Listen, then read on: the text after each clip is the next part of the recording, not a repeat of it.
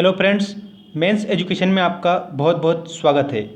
आज के इस वीडियो के माध्यम से हम सीखेंगे निबंध लेखन दहेज प्रथा।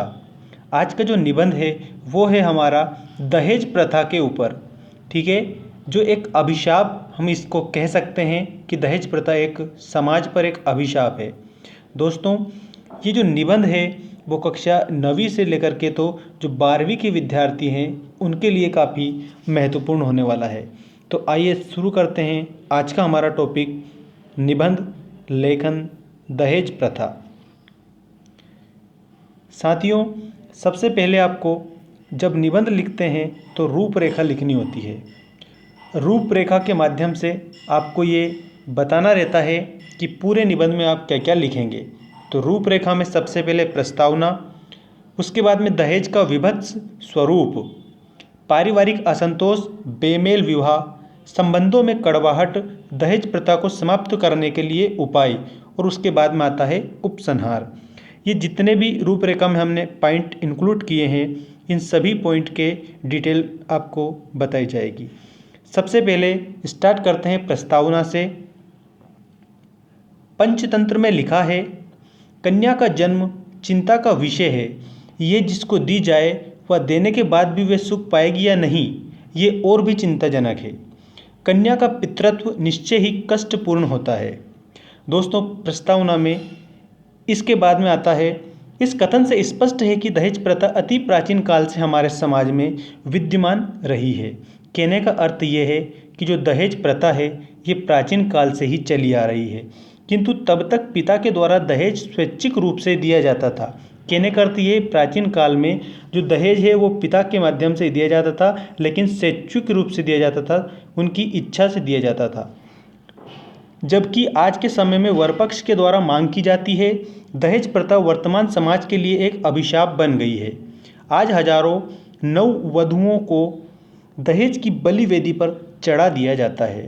कहने का अर्थ ये है कि जो दहेज है वो लेना और देना दोनों अपराध है। ठीक है, इसके बाद में नेक्स्ट जो पॉइंट है वो आपको लिखना है। दूसरा पॉइंट, दहेज का विभत्स स्वरूप। दहेज का विभत्स स्वरूप, आज वास्तव में वरपक्ष अपने बेटे को बेचता है। उसकी नौकरी, सुंदरता, पैसा आदि के आधार पर उसकी कीमत तय करता है। वधु पक्ष उसकी मांग के आगे झुकने के लिए विवश होते हैं। दहेज की बढ़ती हुई मांग ने अनेक समस्याओं को जन्म दिया है। ये जो दहेज का स्वरूप है, हम कह सकते हैं कि बहुत विभत्स स्वरूप है, घृणा जैसा स्वरूप है। ठीक है, वास्तव में क्या होता है कि वर पक्ष अपने बेटे को बेचता है, उसकी कीमत लगाता है। ठीक है, उसकी नौकरी, सुंदरता, पैसे आदि के आधार पर, और वधु पक्ष उसकी मांग के आगे झुकने के लिए विवश हो जाते हैं। इसके बाद में जो नेक्स्ट पॉइंट है वो है पारिवारिक असंतोष। बेटी के विवाह और दहेज को लेकर पूरा परिवार तनावग्रस्त रहता है। कई बार कर्ज लेकर मांग पूरी की जाती है, फिर आजन्म माता पिता कर्ज की चक्की में पिसते रहते हैं। जो पारिवारिक असंतोष है ये दहेज के कारण ही उत्पन्न होता है। कई बार देखा जाता है कि जो माता पिता है वो कर्ज के बोझ में आजीवन दबे रहते हैं बेटी के विवाह के पश्चात, क्योंकि वो पूरी संपत्ति में जितना भी निकलता है वो सारा बेटी के विवाह और दहेज को लेकर दे दिया जाता है, और ये पूरा परिवार इससे तनावग्रस्त भी रहता है। इसके बाद में नेक्स्ट पॉइंट है बेमेल विवाह। बेमेल विवाह, इसमें आपको लिखना है, माता पिता धन की पर्याप्त व्यवस्था न होने से बेटी का विवाह दूजवर या प्रौढ़ से कर देते हैं। दूजवर मतलब कोई दूसरा वर, और प्रौढ़ मतलब कि जिसकी उम्र ज़्यादा हो। ठीक है, उससे कर देते हैं, जो आगे चलकर विधवा समस्या, वेश्यावृत्ति आदि का कारण बनते हैं। तो जिससे क्या होता है, बेमेल विवाह से अनेक प्रकार की जो समस्याएं हैं वो उत्पन्न होती है। जैसे अगर किसी की उम्र ज़्यादा है तो वो जल्दी मर जाता है, तो क्या होता है, विधवा समस्या, और उसके बाद में वेश्यावृत्ति आदि का जो कारण है वो बनता है बेमेल विवाह। इसके बाद में संबंधों में कड़वाहट, ये नेक्स्ट पॉइंट है। दहेज की मांग पूरी न करने पर अनेक बार वरपक्ष बारात लेकर लौट आए, बेटी वालों को बारातियों के सामने अपमानित तक किया। विवाह के बाद भी बहू को ताने व्यंग कसे जाते हैं। साथियों, जो संबंधों में कड़वाहट है, ये पारिवारिक जो संबंध है वो कड़वाहट बन जाती है। उसमें कैसे कि दहेज की मांग अगर पूरी ना होती है तो अनेक बार क्या होता है, वर पक्ष बारात लेकर लौट जाते हैं और बेटी वालों को बारातियों के सामने अपमानित तक होना पड़ता है और विवाह के बाद भी बहू को अनेक प्रकार के ताने व्यंग कसे जाते हैं। ऐसे अनेक उदाहरण हैं कि दहेज के लिए बहू को जलाया जाता है, मौत के घाट तक उतार दिया जाता है, कि जो कि बहुत दुख की बात है। धन की लोलुपता और असंतोष ने दहेज के इस दानव को जन्म दिया है। इससे क्या होता है कि जो पारिवारिक संबंध है उनमें कड़वाहट आ जाती है। इसके बाद में इस दहेज प्रथा को समाप्त करने के लिए जो उपाय हैं वो इस प्रकार हैं।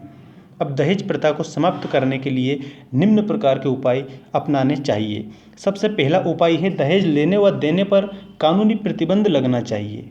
क्या होना चाहिए कि कानूनी प्रतिबंध होना चाहिए कि जो दहेज लेता है और जो दहेज देता है इन दोनों को सलाखों के पीछे कर देना चाहिए। इसके बाद में दूसरा है, लड़कियों को आत्मनिर्भर बनाया जाए, मतलब उनको सेल्फ कॉन्फिडेंट बनाया जाना चाहिए। इसके बाद में नेक्स्ट है अंतरजातीय विवाह, इसमें विशेष कोई जाति नहीं होती है। प्रेम विवाह को सामाजिक मान्यता प्रदान की जानी चाहिए। इसके बाद में नेक्स्ट है, दहेज लेने वालों पर कठोर कार्यवाही करना चाहिए। इसके बाद अगला है, सामाजिक स्तर पर जन जागृति अभियान चलाया जाना चाहिए कि दहेज लेना और देना ये दोनों कानूनी अपराध हैं। यदि कोई इस तरह की कृत्य करते हुए पाया जाता है तो उसको कानून के माध्यम से सजा दी जाएगी। ये सारे अभियान, जन जागृति अभियान चलाए जाना चाहिए, जनता को सचेत किया जाना चाहिए। इसके बाद में लास्ट वाला जो पॉइंट है वो है उपसंहार। दहेज रूपी दानव को समाप्त करने के लिए सामाजिक व शासकीय दोनों स्तर पर प्रयास जारी हैं। कहने का अर्थ ये है कि इसमें कई प्रकार के प्रयास किए जा रहे हैं, सरकार के माध्यम से भी किए जा रहे हैं और जो सामाजिक संस्थाएं हैं वो भी इसको खत्म करने के लिए प्रयास कर रही है। इस समस्या को जड़मूल से समाप्त करने के लिए जन जागरण आवश्यक है। मतलब कि जन जागरण मतलब होता है कि जो आम जनमानस है उनका जागृत होना जन जागरण कहलाता है। यदि सामाजिक स्तर पर इसके विरुद्ध मुहिम चलाई जाए तो निश्चित ही इस दानव का अंत शीघ्र ही हो जाएगा। मतलब ये दहेज रूपी जो दानव है इसका शीघ्र ही अंत हो जाएगा। तो दोस्तों, ये था आज का हमारा टॉपिक, दहेज प्रथा एक सामाजिक अभिशाप है। ठीक है, इसको जड़ से खत्म करने के प्रयास किए जाने चाहिए। ये जो टॉपिक है कक्षा 9वीं से लेकर के तो 12वीं तक के विद्यार्थियों के लिए विशेष रूप से महत्वपूर्ण है, क्योंकि हिंदी में निबंध जो पूछा जाता है तब आप दहेज प्रथा का निबंध लिख सकते हैं, ऑप्शन के तौर पर ये आता भी है। ठीक है, मिलते हैं नेक्स्ट वीडियो में। Thanks for watching. For more latest update you can subscribe our YouTube channel. Our YouTube channel name is men's education. Please give us comment and do like, share and subscribe. धन्यवाद।